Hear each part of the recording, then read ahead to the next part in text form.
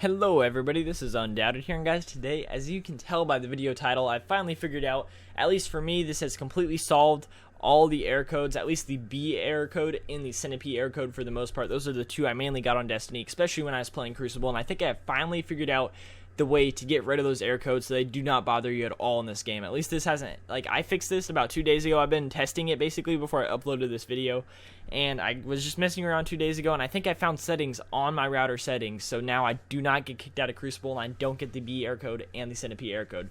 This is pretty much 100% guaranteed because I've gone 2 days straight without getting kicked out, and I have horrible internet to where I'd get kicked out at least like 10 to 15 times a day when I was playing Destiny.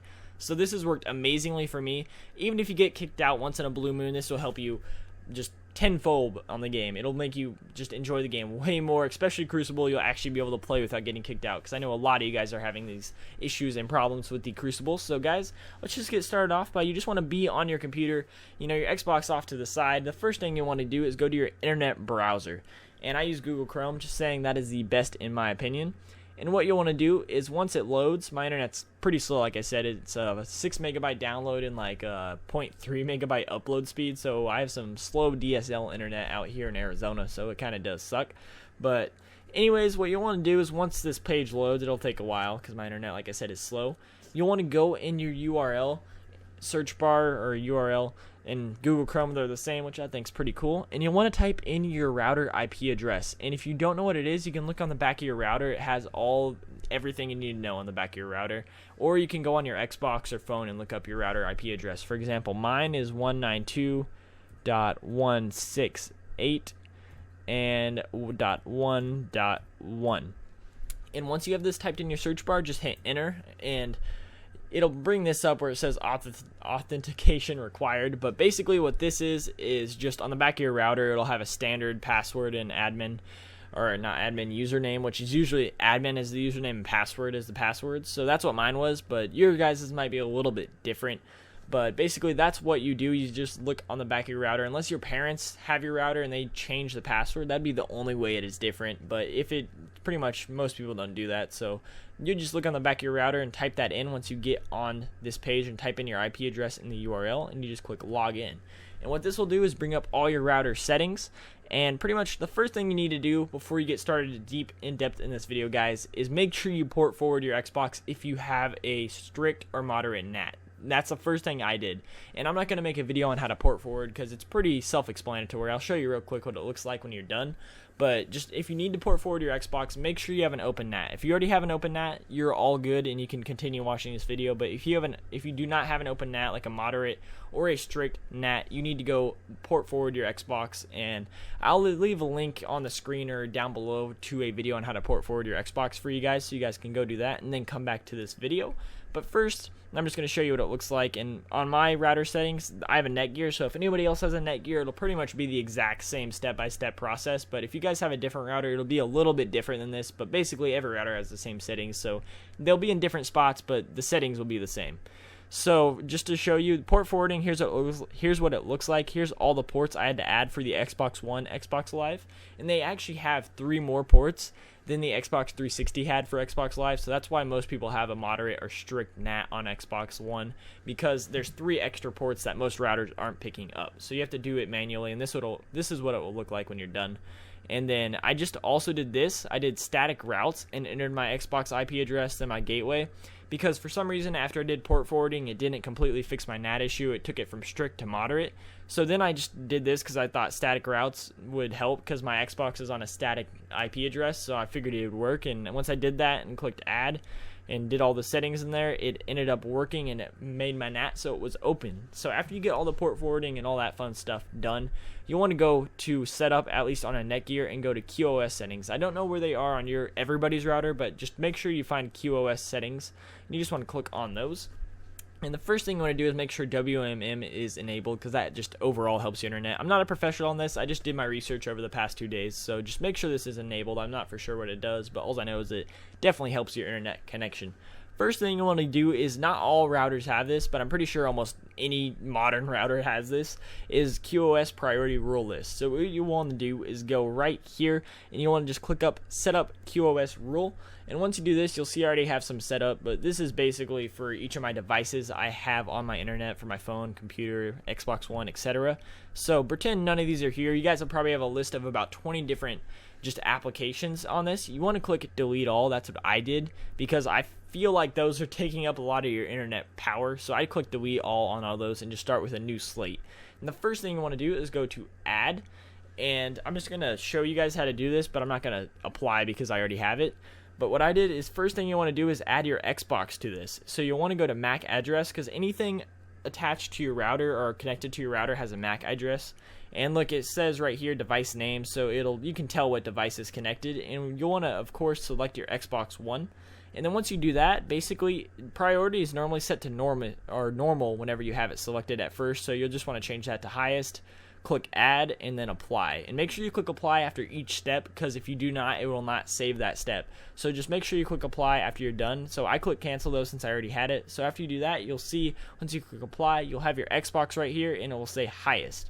And then the second thing you want to do is, what I did is, just because I went back on my Xbox, started playing Destiny, and it didn't work after I did adding my Xbox One at highest to this. I still got kicked out of Crucible for the B error. And what I did next is I figured, okay, well, I'm going to search up the ports that Destiny uses, because each game uses its own ports.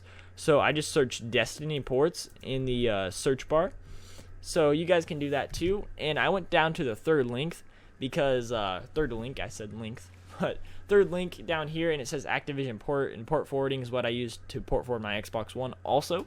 So you just want to click on that link, and you'll see right here, where's it at? Right there is Destiny for Xbox One, and it shows all the ports you need for Destiny. Basically, you just want to look at this and pull this up, and it actually uses the exact same ports that Xbox Live uses, and I'm guessing that's because it is a dedicated server game. So just what you need to do is look at the highest port and the lowest. So the lowest is 53 and the highest is 4500. So you'll need to remember that, and see it uses both TCP and UDP ports.